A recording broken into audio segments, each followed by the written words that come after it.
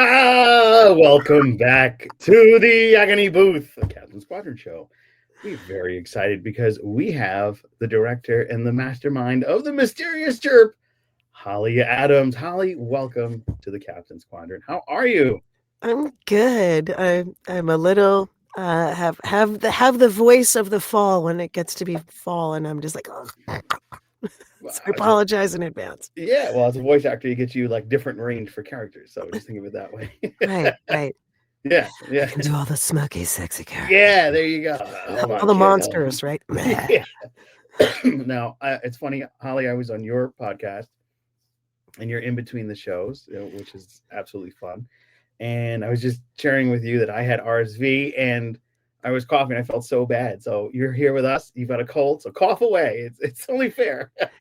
But you were fabulous. Oh, I So appreciate it. if I appreciate people like me can't get enough of the incredibly brilliant, sweet, it. kind, fabulous Oh, Joe Dove, thank you, thank they you. can listen to your interview on my show. So There you go. There you go. between the seasons. Yeah, and your show, which is amazing, but we're going to get into that later. I'm going to do the what must be done and say hello to our patrons. That's Holly Mac 79. Hello to you. Johannes Borg. Hello to you, sir. Joe Saporito. Denise Hill. I hope you guys are doing great. And hello.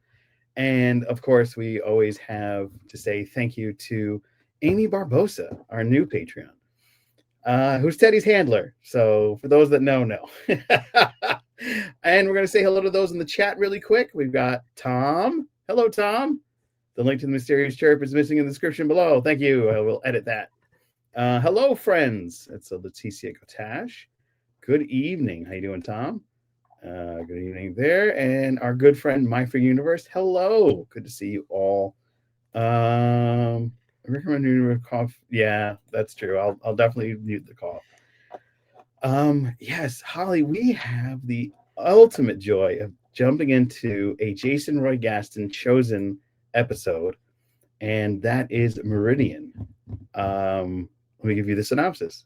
Dax falls in love with one of the residents of a multi-dimensional planet while on DS9, an alien requests a holosuite program of Kira from Quark. Pretty straightforward. Let's get right into it.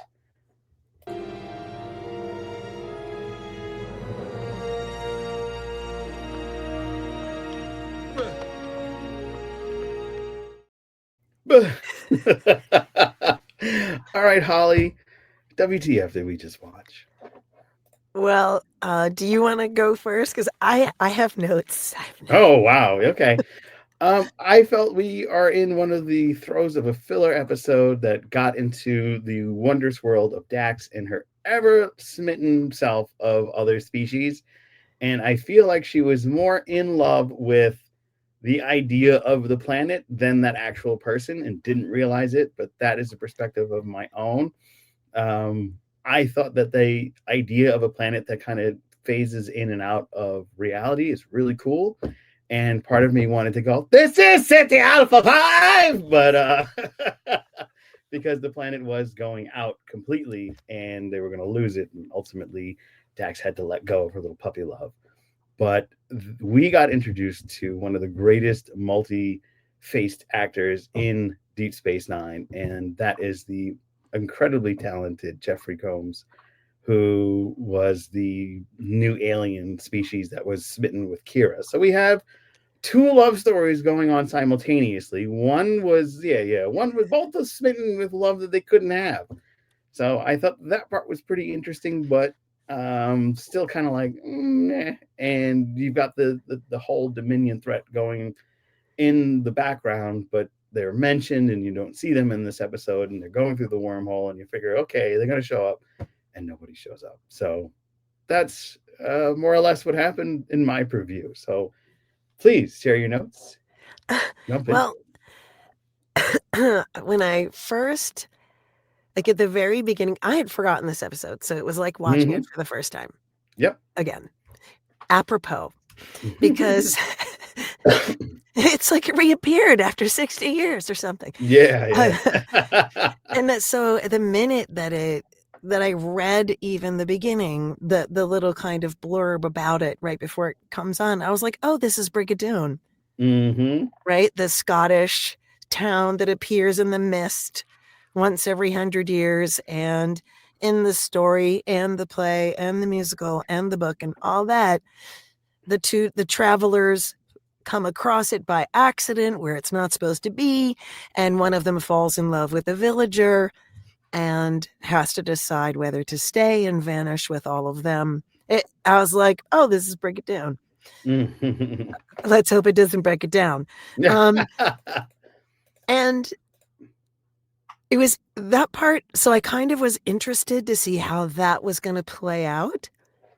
And I think if Dural had been even remotely interesting as a human, I could see why Dax would be intrigued. But I was like, what kind of creepazoid doesn't know you, sits next to you and like is like, let me catch your spots. Yeah, he was weird. Like it's every drunk guy in a bar, quite honestly. Mm-hmm. You know, like, oh my gee.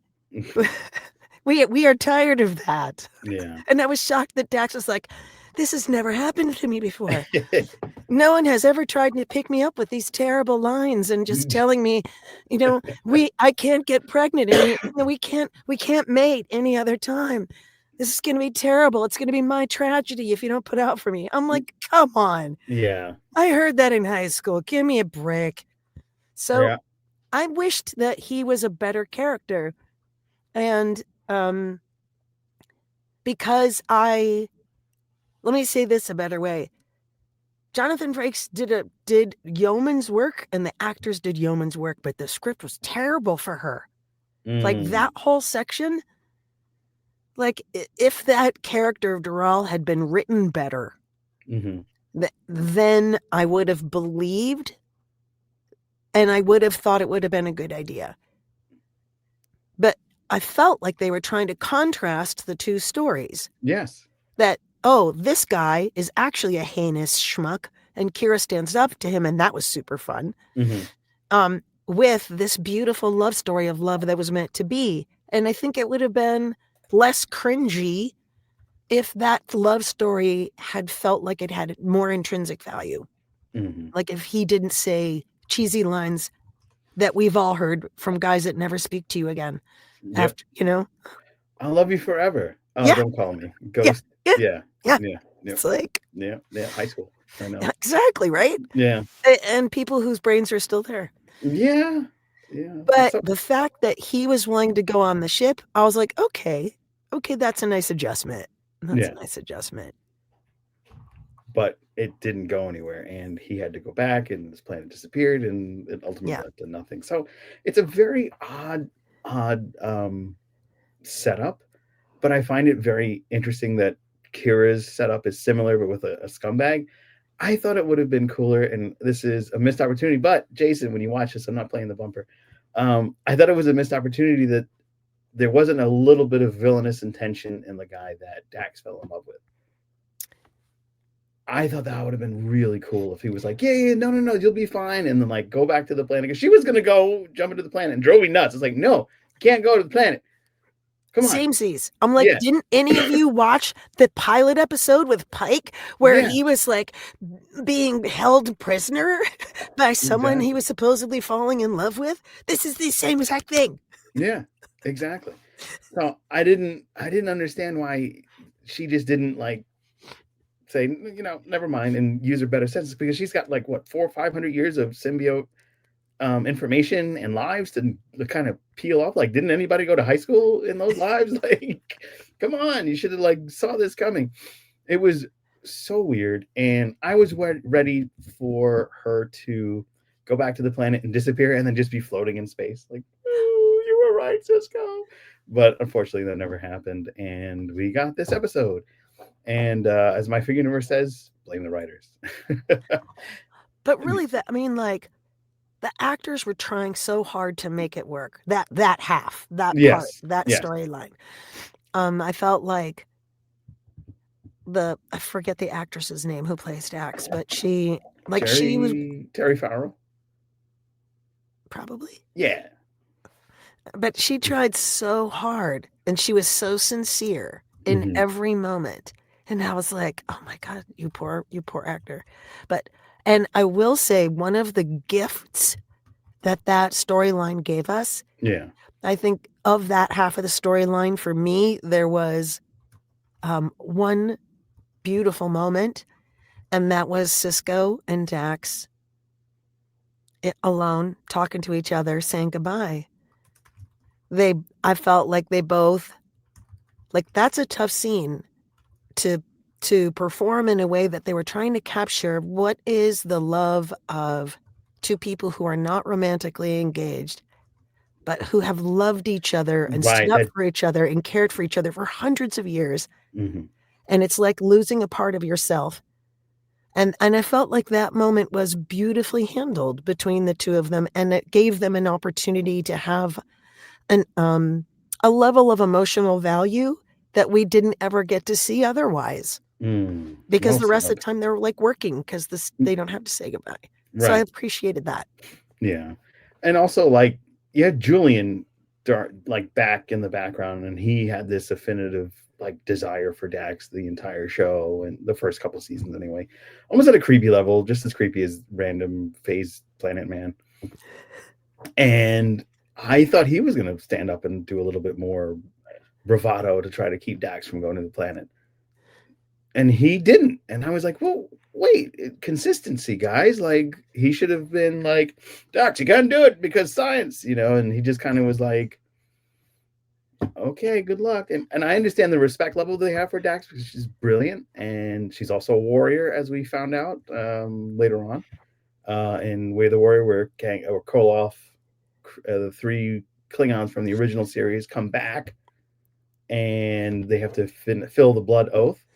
So I thought they were going to have some type of like at least throw, but no. And I still want a villain to have popped up from that planet and be like, we're going to use your essence to make the planet stay longer. Yes. That's why we need to define like just something. Yes, let's suck the DNA out of Yeah. your body. Yeah, exactly. And we got none of that. And it was just like, oh man, so many missed opportunities. Like this could have been such a cool episode because of the phase shift planet itself and what goes on into having that happen, as well as them trying to find a way to stop it, and or the I'm stealing from the notes that Leticia said, so I'm just going to put that up because I think it's pretty brilliant. Leticia said, I think if it was a chance to do something silly because I had hoped it would have gone to figure out how to use that tech for the Federation's benefit. They could have totally I think your cousin's here with us. Oh no, that's my cousin. Hello. What's up, cuz? I think they could totally have gone and used whatever it is, the science or the physics as to why that planet phased, and they could have used it for a new technology to just kind of send a ship out, disappear, and reappear somewhere, and just kind of like totally wreck shop. That would have been great to fight maybe something like the Borg, you know? Or the technology that they used on Dax. Right. Like that, they have that now. And why doesn't it reappear later in a storyline? Exactly. That was weird. Like we could say, well, they didn't totally 100% harness or figure out or find actionable things to do with the planet thing, but they actually took action on the science they gained about how to scramble Dax and have her disappear successfully. Right. Now I'm like, okay, guys. Yeah. Is it the Omega-13 except for like how does that work? Deep cuts with Holly. All right. I want to say one thing go. about Julian. Yes. So you were like, what is he thinking? I have it for you. He's thinking, if you love something, oh no, set it free. Yes. One of the greatest Sting songs from his first album. Free. All right. Well, let's hop into our next segment. Why would they do that? Can we? Oh, go ahead. Never mind. I was just gonna say I'll wait now, but I want us to talk about the other half too. Okay, cool. Here we go.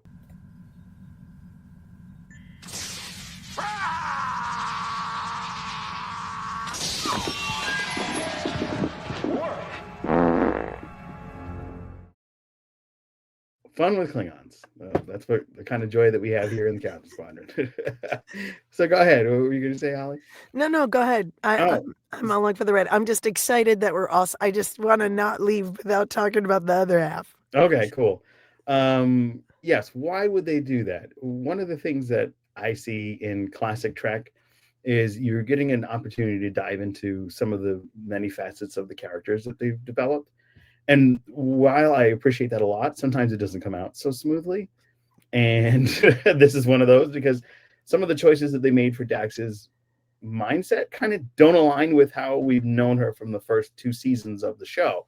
So it was kind of like a very random throw that she would just go on the whim of, oh, this guy's really cute. Let's go and jump into that whole world and the physics that may or may not work. So that part kind of bothered me. But this was an opportunity to get into a side of Dax maybe that I never got to see. So I appreciate that aspect of it, so to speak. We also got to see how slimy Quark could be. And that's the other half that we needed to talk about. Go ahead. You wanted to say something? No, I'm just like, I'm on board with you. Yeah, like Quark went above and beyond. Like, I always think to myself, hey, hackers, if you guys could like hack into the very wealthy's bank accounts and then take that and distribute it all over the place instead of just hacking into poor people's bank accounts and taking that and giving it to yourself, we'd have a better world. And it's that type of mindset that bothered me about Quark. It's like, Quark, you spent so much time getting pieces of Kira, and all that time you could have just done something else or like made things better for the station. And invented something that was fabulous that you could sell instead of something absolutely disgusting. Creepy, so creepy. I was going to take that really bad CGI frame and put it up, but I think we've scarred our brains enough seeing that. Oh, no, you should. I'll find it and put it up. But it just bothered me so. That scene bothered me so much at the end. It was like, oh, what were they thinking? So I leave it to you, Holly. Why would they do that? So I was a little worried that instead of building a CG version of Kira, that he was going to try to get her in there, and they would be like, oh, we're going to save her from being actually physically attacked, or she's going to save herself from being physically attacked. And I was like, please no, Quark, please don't be like, you're a heinous individual. Don't be that heinous. Please don't be that heinous. Right. And I was relieved, which tells you kind of what a low bar was there for me. Yeah. Wow. But I think so. One of the things, this is a bad but good kind of a thing that I'm about to say. One of the things that you and I've talked about, and that people talk about in general, and we talked about it when we were interviewing you, is how sometimes a Star Trek episode will use a piece of technology that then gets invented later, or will have a discussion about or create friction around or confrontation around an issue that then later turns out to be a thing. So here we are. What can you remind me what year this episode came out? Sure, 1994. 1994. And just for full disclosure, folks, it's not that I knew that off the top of my head. I have the IMDb up so that I can. Oh, there we go. So I'm not that much of a Trek. This is one of those instances. Mm-hmm. So 31 years ago, we are all righteously infuriated that he is stealing her likeness against her will to sell it. Oh. And make it do nasty things that she never agreed to. And yet, we as people, as actors, as everyday people who don't realize that this is true for them too, but it's the actors and voice actors who have been leading this fight, have had to fight tooth and nail and have laws passed because people are cool with that. It's like at first, when SAG-AFTRA went on strike, it was about this. It was about this Yeah. because people's bodies and faces and voices were being used for things against their will, Yeah. without their permission, without their consent, without payment, and it could be anything. It could be, um, a dark web sex thing, Oh yeah. and and Yeah. and the general public was being fed the corporate line of this is bullshit. This is bull crap. No, you're This good. is just rich people wanting more money, and that was not what that was about. And then when the public began to become aware of, hey, what this current state means with the default in um, consent is implied, is if you are in the background by accident or on purpose, like if you've been a background actor, Hmm. or even if you're in the background by accident and it's your grandma, they Mm. take that footage and use it for whatever they want. They can make your grandma be Hitler, right? Oh. They can do whatever they want. That has been the default since CG was and like became more of a thing. Your likeness could be stolen and used for purposes without your consent for anything. And now, this past 2 years, with various laws being put into place, that's less true. Yeah. It's a lot harder to do, and you have to give your consent, and you have to they have to compensate you because they're making money off you, Off your likeness. off your likeness. Yeah. And so for me, I was like, this is one of those times when Star Trek, even though the episode itself deserves its place in the agony booth, Yeah. this is a serious thing. Quark is trying to sell Kira's likeness against her, like without her consent, and we are outraged. And Yeah. and now is that time.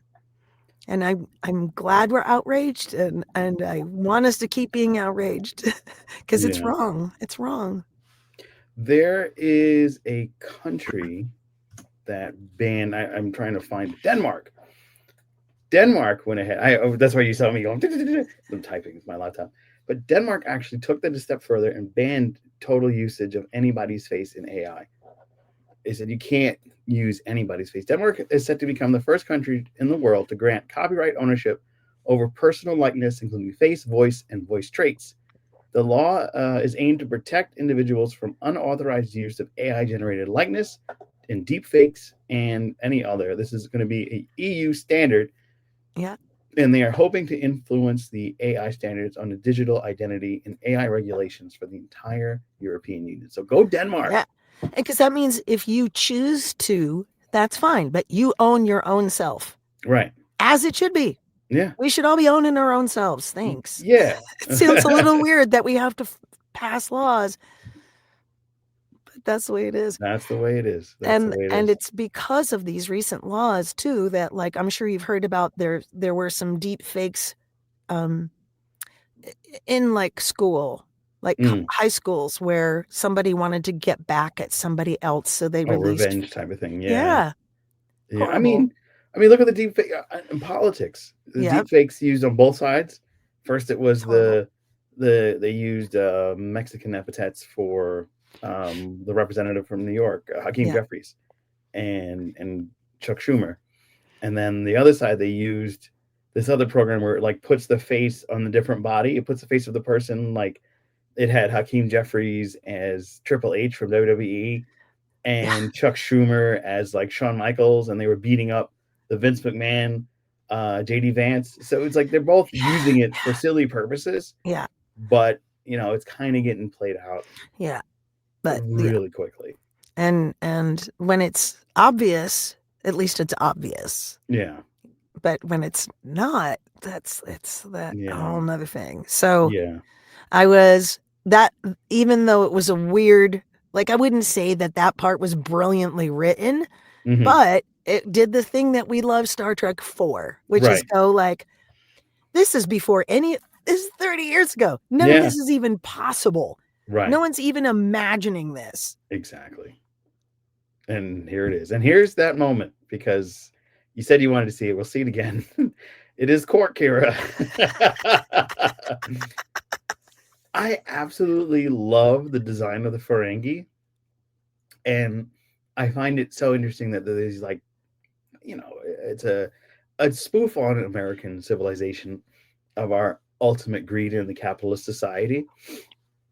And they made us creepy little minions. And I love it. It's like, oh, good. This just shows you how greed will get you. They're like lurking and doing all this nefarious things in the background. And here it is. But yesterday was Armin Shimmerman's birthday. So happy birthday to him.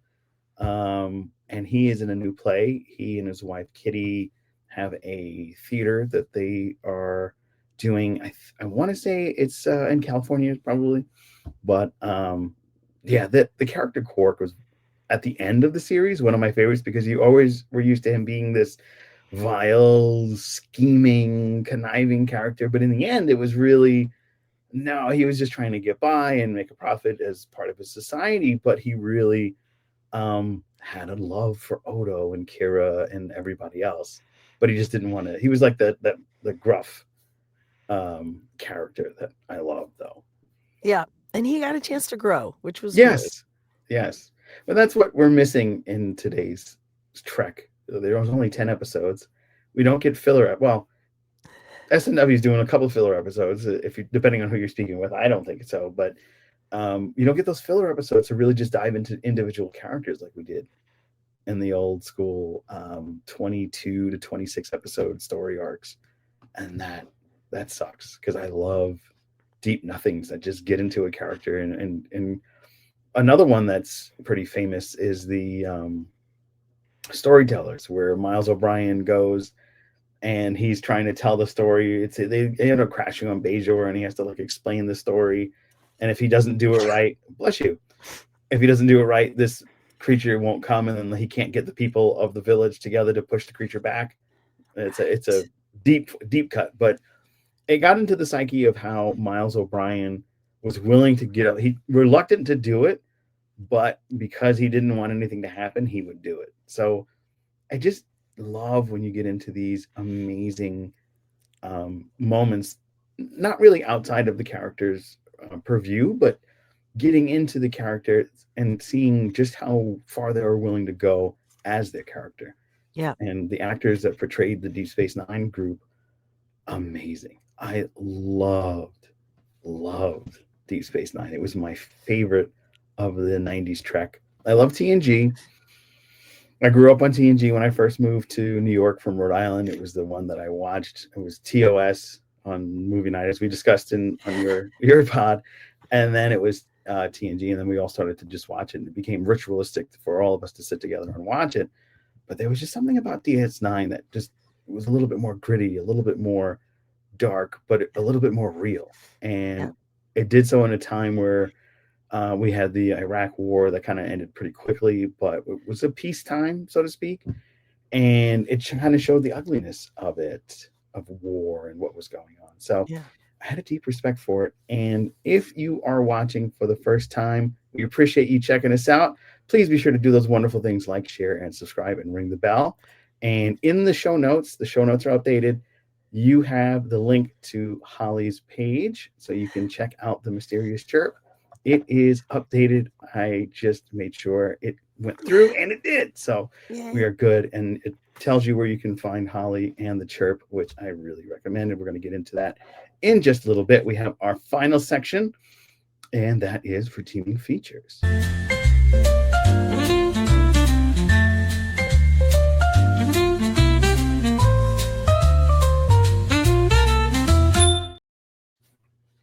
Redeeming features. The longer, and thank you again, once again, Synthetic Ensign, that will really did a great job of redoing that jingle to help us be copyright free. Thanks, buddy. And that's where we give our guests the chance to blow their noses and for me to drink water. No, you're good. Because Jason is also getting over the flu. He's got, I don't know which one, but it's been pretty bad for him. He's been out for quite a while. So, oh my gosh. Yeah, But it's well, going around. It's going around. Yeah, get better, buddy. Can't wait to talk track with you again. But redeeming features, I think the best redeeming feature in this episode is Jeffrey Combs. Jeffrey Combs. He's such a actor that dives into even just like a throwaway character. You get so much depth out of him, and him playing with Quark. Wow, it was just like I was glued, and it's like I've seen this years ago, and it's not like some other episodes where I like and like dread watching. It's not a great one, but I don't dread it because you've got that moment with Jeffrey and Armin playing these two great characters and just really bringing it.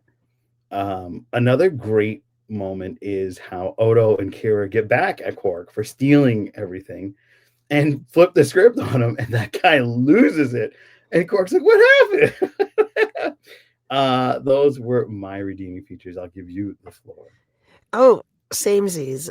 Watching, I think I wouldn't have liked the episode at all and wouldn't have wanted to talk about the amazing kind of bringing up a problem way in advance of it happening if Jeffrey Combs had been a lesser actor, Mm-hmm. because it was perfect. If he did the thing where he felt just sort of harmless, and then it slowly, you felt how violent and sinister he actually was. And for me, the perfect moment of when he, as an actor, just was like, it was gorgeous, is when he was slowly, beautifully, carefully opening the pink veils, holding his breath. And you're like, what does he want to do? If this plays out, what is his plan? And I was like, I don't want to know. I do want to know. I don't care about this episode, but what are you going to do? Right. And he was amazing. He was amazing. Each layer, just the way he peeled back the veils. I was like, and then he approached it, and then the camera's on his face, and he holds his breath, and his eye and the camera follow up her legs, and then he breathes and turns, and there's Quark's face. And I was just like, in a lesser actor, the comedy wouldn't have worked, the Right. terror wouldn't have worked, the scene wouldn't have worked, nothing would have worked, and I wouldn't have cared. Yeah. But he made me hate him, and it was wonderful. I think that the scummery level of the two of them, they know that they're not good people in this instance. What they're doing is just villainous. And what's beautiful about it is not in a violent way. Like if it was Wayoon, Wayoon would be plotting to kill everybody in order to get what he wanted. You know what I mean? It was just a level of difference and a way for us to see the almost like what's the guy from Hollywood that went to jail? Weinstein? Harvey Oh, Weinstein. Yeah, it's almost like a Harvey Weinstein thing that he was trying to do, just have his way. all the And time. if it's an avatar or if it's a real person, it's a horrible thing that he's doing. And I think that portraying this at that time, again, track ahead of its time, because 20 years later we get the Me Too movement and things like this get, Right. Okay, not cool. You're going to jail. Or you're getting canceled. And that was great because you learn of so many instances like that where it's frightening. And it's Yeah. like, oh God, really? That's how they get. And I really appreciated them actually kind of showcasing that horrific side of reality when it comes Yeah. to And that Odo was, he never talks to Kira like not a person. Yes. And it's just like, this is a security breach. I don't care what your gender Yeah, is. yeah. This is a security breach, and Full it's not top cool. note. Yeah. Like, you could be the captain of the ship, you could be a cadet. This is not cool, and I don't care. And we're gonna stop this. But and I appreciated that the way that character handled that. And I also love that the actress who plays Kira, right? She's pretty tiny. Yeah, She's no. tiny and she's pretty, and she's Yeah. also like I feel like her subtext is full of swear words. Yes. You know What? what I mean? Quark? Beep, beep, Yes. beep. Yeah, She is not yeah. having it. And Yeah, no, no. she's like, yeah, I can take you. Yeah. And she I'm could. gonna She's beat the badass. yeah. Yeah. These are the many ways that I'm gonna break every bone in your body. And Yeah. And then have my rack to Gino. yeah, yeah, yeah. Yeah. And Yeah. I loved that.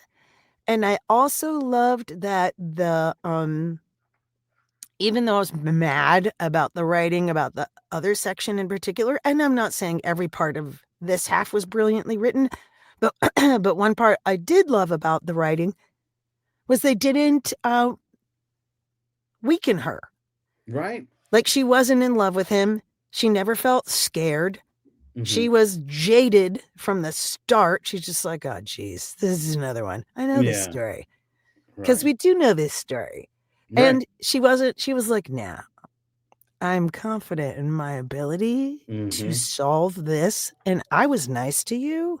I've been using increasing levels of firmness, Mm-hmm. and this is not cool. And if what you need to feel is the iron fist around your throat, let's hope we don't go there. Let's try something before that. And then Yeah. she works with Odo to work out what is a good justice. Right. I love that. That was my favorite part, as well as the opening. It was a cold opening, but you got to see the relationship between Odo and Kira, Yes. which I really, really appreciated. And it's, yes, it ultimately leads to like a third love story that kind of was brewing starting from this point, which is a cool thing to see the nurturing of it. But the conversation they have about him drinking tea, Yes. it was amazing Yes. because it's like, well, I had tea once, but I didn't like the since I have no taste buds, I didn't like it, and it was very messy. And you're thinking, why would it be messy? Oh yeah, because he would drink the solid and it would just kind of bubble through him because he's also not solid. So like you kind of like fill in little gaps with the way that they Yeah. wrote that beginning section, and I love that. I thought that was just so brilliantly done. I And loved that too. yeah, and I just wish they went with that for the whole episode rather than what they actually did. My favorite part of that little section you're talking about Mm-hmm. is when she touches his hand and she says, thank you. And she touches his hand and he's like, Yeah. and they let that be. Yep. They didn't push it to be more. It was a tiny, tiny moment. And I was like, that was good. Thank you for Beautiful. not forcing it to be more. Mm-hmm. And thank you for her thing that, it meant a lot. It shows her trust because Right. she doesn't really trust anybody. Right. And that she touched him, but also his reaction, and it was the right size. Yeah. It wasn't She's overly like, oh my God, it's yeah. just yeah. And they left the way they shot it, and it was just like a moment, and then it was gone. And I was like, oh, Yeah. that was great. Yeah. So let us hop into the aftermath. Let us talk to our friends and learn more about Holly and the Chirp. We were just talking about you. Everybody hates you. Congratulations.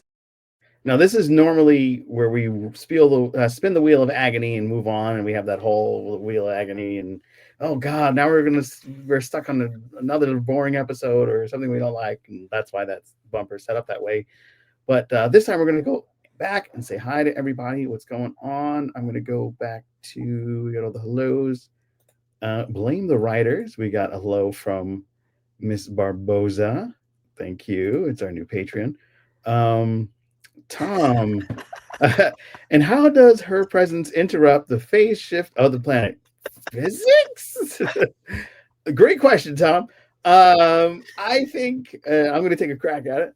I think it was the trill. I think that the phase shifting was probably interrupted by another species. They only had that species on the planet, and because that they've had, humanoid, if Jadzia was Kira, let's say, wouldn't be a problem. But because Jadzia was a trill and had another species inside of her, I think that would have messed up the whole thing.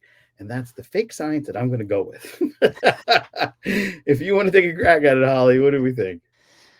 Because we're talking about fake science, Mhm. I'm going to go with the pull of her heart. Oh, there it is. She didn't really want to be on that other planet. That's what it is. There you go. This was out of character for her, for sure. My cousin's saying, yo again. Hello. Tom, AI scanning everything for commercial use. Very true. Very creepy. Very creepy. Oh God, this is a metaphor for sure. I think he's talking about the all the weird stuff from Quark. The ruin of this episode is now expanded. Sorry. Not Nana Goose. Oh yeah, making Grandma Nazi. Not Nana Goose stepping away. Oh boy, Oh, jeepers. sneeze. They hadn't crashed. They were there because the village needed a physician. Yes. So the storytellers, um, they were trying to get Julian to help out. That's what it was. I thought they crashed because it seems like every Star Trek trope is we've crashed on this planet and this happened. So it's just in my head kind of went like that because so many episodes. Ken Radner from the Undiscovered Pod. Respect for the emissary. Yes, there is something about Cisco and Avery Brooks himself. Oh my God. Just every time he's on screen, he's just got this presence and this command. And it's like he should have just been Admiral Cisco for the whole show.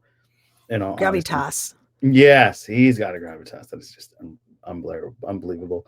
My Freak Universe says, I'll check out the chirp. Excellent. And I'm definitely going to check out. So you got 2 new listeners there. There we go. Wonderful, wonderful. And lovely show notes. We'll have that available for you right there.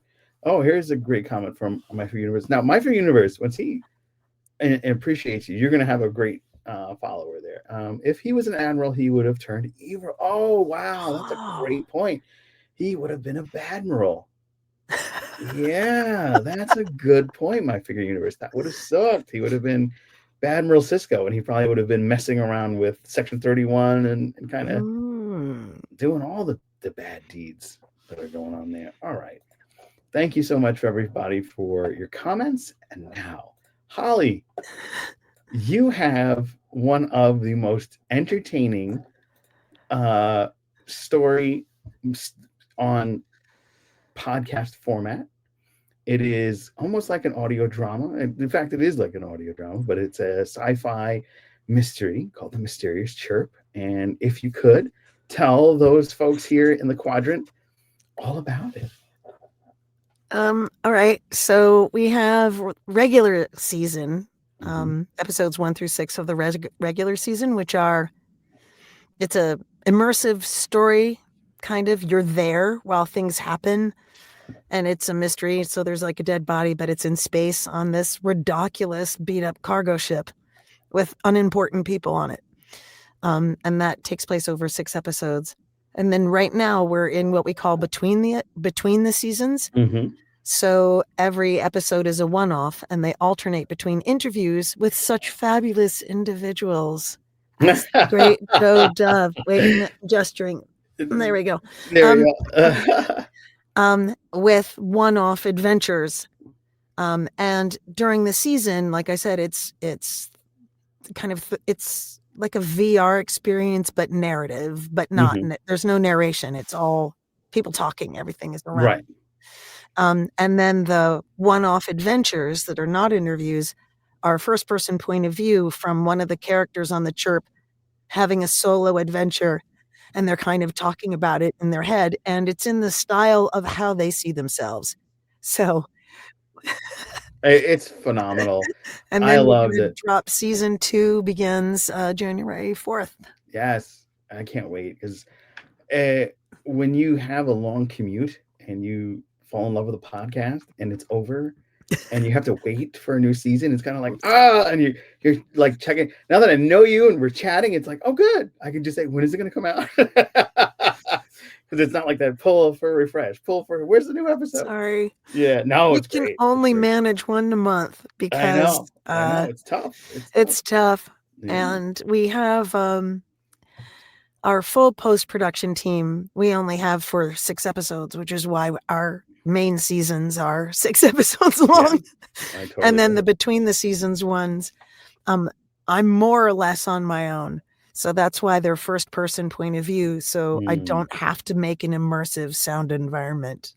Speaking of sound environment, one of the things I love about the chirp is how amazing and clean the audio is, and how magnificent everybody's story comes through, because you're getting this background, and it's like you feel like you're on the ship and there's all this going on because of the way the audio is mixed. And it is, I just want to give you so many kudos for that. The direction of this, the writing, it is just so much fun. And I can't sing your praises enough for putting it together. Well, Because as a guy who listens to a lot of podcasts, because I have a lot of transit time working in New York City, you've made my commute a little bit happier. So thank you. it's a giant team. We have 24 people in the cast, and the post-production team are actually sound design students at Michigan Tech University, and I work with them along with Christopher Plummer, not the dead actor, obviously.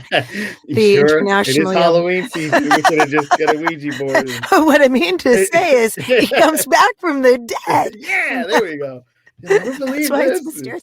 No, Christopher Plummer is an internationally award-winning sound designer, and he is also a professor there. So we work with them, so they get school credit while they're working on this real SAG-AFTRA project, and they get IMDb credit, but they're also, it's a lab. So they learn so much, and it goes into their portfolio, and it's just so exciting. I volunteer my time for that, for the whole thing, but to be teaching them also. And it's incredible to watch their brains and skill sets go, and then problem solve, and then, because it's things that they'll need to know, everything from what kind of questions to ask to how do I make this sound like it's coming out of a beat up speaker on the side of a cargo ship, really, and we invent animals and and all that kind of stuff, and they're running loop groups, and they were like, what's a loop group? Well, if you're going into sound design, you're going to need a loop group because everything uses a loop group. And so it's extraordinary. But one of the things I appreciate the most is that what has made people stay on the project and want to be in the project and just enjoy the project is, I had this vision of, I was like, I want something that is sci-fi that isn't where all the puppies are harmed. Yes. I don't want the children are evil. I want sci-fi, and I want it to be a mystery also, but I also want it to be funny. And I want the actors to have agency over what happens to their characters.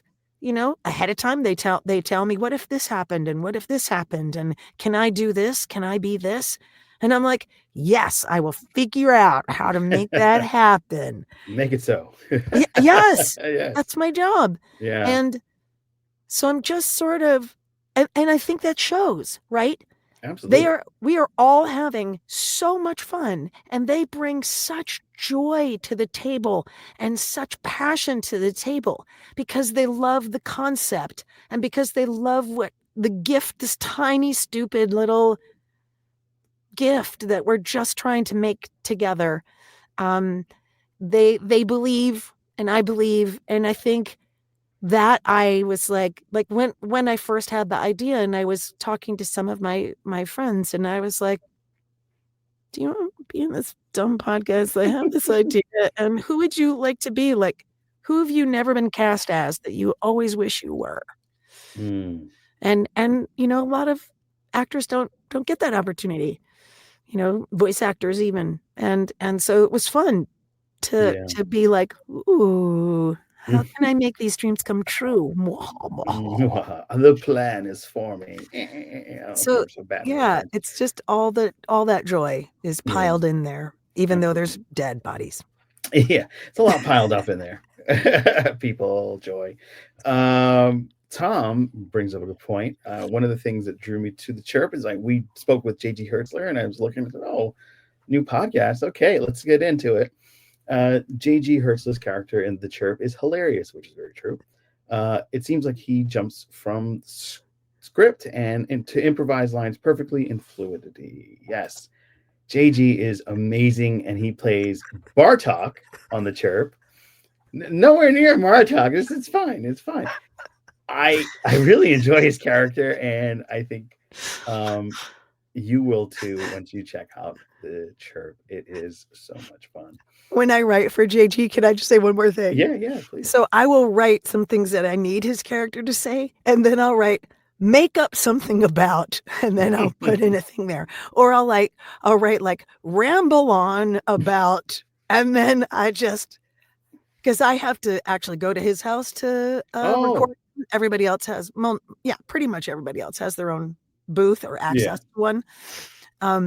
So he's like, well, he's always not sure, which is funny, right? Here's this, linebacker sized person. Yeah, he's a big dude. Big. And he's like, well, I don't. Yeah, he'll just go. Yeah. He just goes and he's brilliant. And it's like 20 minutes. I'm sorry, I'm moving around so much my camera's confused. No, you're good. Don't worry. And he's like talks for 20 minutes and I have to cut like yeah. You cut it down a little bit. Yeah. So you really, this is going to be great for the viewership. Also, you are a voice actor. Yes. And you did a little project called, not a little project, but Gotham Blue. Oh yeah, that was a movie. Yeah. Yeah. How is that? You were also in theater. Yeah. You did a production of Baba Yaga that your mom directed. Oh my God, when I was like 4, yeah. Yeah, but it counts. Yeah. I was an apple in a play. It counts. I'll put that on my IMDb. I still do a mix of theater, film, and voice acting. Wow. So that's still, and circus. Really? So that's my jam, because in case you haven't figured it out, I'm totally the poster child for ADHD. So I'm like, here I am in my bed. Yeah. So I need to have all 4 of those aspects of my life all the time. Wow. That's and impressive. Some of the time, yeah. So like, I mean, as a theater kid, it's an interesting transition to go from being in front of a million people to being in a booth by yourself. So like, is voice acting kind of like a little bit of more of a struggle compared to theater? Because I always felt like there was this electricity that you feed off of the audience when you're performing in front of an audience, or if you're on a stage interviewing somebody, which is what I do, and you feed off that electricity. But being in a booth, like my podcast is usually done with someone like yourself or with Jason's or some other guest, and there's always somebody that I'm talking to. But if I'm alone in a sound booth, which is super quiet, how do you manage like not going crazy? Like, because you have to read the script and kind of elicit all the emotion, but by yourself, it's got to be difficult. How is that process for you? I actually think this is gonna. I'm one of those people that loves humans and is also an introvert. Oh. And so I think for me, the mix I have of voice, film, stage, circus gives me time to be all of those things. Gotcha. I can be my like kind of self when I'm doing, circus craziness. And when I'm on stage, like you said, it's like I love feeling us breathing together and moving as one, and this I'm giving the focus to somebody else, and then I can feel that happening, and I do love that. But I also love, because when I'm in here, it's like the characters are here too. Oh, it's like interesting. It's like a blanket, and I wrap it around me, and then I'm in the world, and we're all just whispering to each other, and I might be playing multiple characters. I do that a lot, actually. So sometimes if I'm narrating an audiobook by myself, I'm doing all the characters, which is super fun. But a lot of times I'm just, I'm like 3 different characters or 1 character or whatever, if it's for something else, or if I'm doing a toy Oh. or like a creepy Halloween thing, like animatronics. Mhm. But I try to, it's almost like being in a role-playing game Oh. where there's a level of, you have to make the world real in your own mind to have your own character play work, right? Mhm. Even if you're sitting at a table with other people, right? If you don't believe in the world, if you don't believe in the NPC characters, if you don't invest and also listen with your deep heart, if you're trying to impose your will rather than embracing what is true, it doesn't work. And that's the same thing, I think. Mhm. I'm just sort of like leaning into the world and allowing myself to have conversations like I'm watching the movie in my mind, being this, I'm like, see the beings that my being is speaking with. Mm. So it's more like, I don't know, it's like, when you're dreaming and you are you kind of sometimes watching yourself and sometimes you are yourself, and it Yes. goes back and forth, but yourself is not actually yourself, but you're Yeah, doing the thing that doesn't sometimes you exist. see yourself Yeah. too. Yeah, I Mhm. know that very It's well. a lot like that, There you actually. go. Excellent. Excellent. Is that weird? No, no, I'm weird. What can that's I a say? that's a great explanation. Yeah, no, because I always thought that when you're kind of encased in a room just with your thoughts, it'd be very hard to focus. And but when you're playing multiple characters, it makes sense for you to be able to kind of go outside of the realm and then manage it your way. And you've kind of given us a glimpse into that. So I definitely would love to have you back and talk more chirp and get everything in for season 2 so we can have a section 31 and a half because I have more questions. So hopefully you'll be up for that in the future. All right, perfect. Are we going to And, spin time to spin the wheel, or no? Are we not spinning the oh wheel? no, we're not spinning the wheel because next Okay. week we're going into, we've got 2 wormholes back to back. This is kind of why it was such a great way to end this agony booth with you doing our transition to wormholes because we're going into the world of Mysterious Chirp kind of through the wormhole of Deep Space Nine. Look at how all this came together. The wormhole of Deep Space Nine into the wormhole of Joseph Burrito's choice of wormholes, and that is Quantum Leap. So Jason Roy Gaston returns to the Captain's Nice. Quadrant next week to talk Quantum Leap. The new one? No, the old one. We're going to do season 1, last episode of the old one, the Scott Bakula gem. I just Nice. finished the new one. I was kind of hoping he was going to put me on to the new one because I just finished the whole season, and I'm actually friends with Ernie Hudson's son, Ernie Hudson Jr. And I was talking, he's like, wow, your Quantum Leap is really dope. I'm surprised you weren't in it. And he's like, you know, well, Dad had a good time. So, yeah, it was just a lot of fun. Did you finish the new season? No, I'm partway through. Okay. And there are times I'm like, oh, this is a wonderful episode. And times I'm like, ooh. Yeah, it's typical fashion of longer seasons of normal television. There, also Susan Doyle comes back. She was the wife, Sam's wife in the original, and there's like a whole thing with that. So I won't ruin it for you. So you have a lot to watch, and I won't say anything else. But yeah, get ready for her to come back. We actually got to speak with her at Trek Long Island last June, and she's a lot of fun. So much fun to have Holly, the nicest person that I've met in some time. Thank you so much. We had such a blast in the agony booth. We're going to wrap up. Of course, in the show notes, you have where to find Holly's website. It'll give you links to where you prefer to listen to the Mysterious Chirp on the platform of your choice. And you also have, obviously, the socials where you can find the Mysterious Chirp and follow what's going on and all the interviews and all the fun that's being had over at the Mysterious Chirp. And 100%, you got to check it out because the sound engineering on this is incredible. The writing is incredible, and how everybody plays their part is just going to entertain you like nobody else will. I guarantee it. So until next time, everybody, this is Joe Dove. And Holly saying, live long and prosper, of course. Yeah, there we go. Woo. You've made it through the Agony Booth, a Captain's Quadrant show. Please be sure to like, share, and subscribe. If you share this video with 5 people will also be in agony. Join us every Friday at 9 p.m. EST for more live shows, including Wormholes, Section 31 and a half, because we have questions, and At the Movies,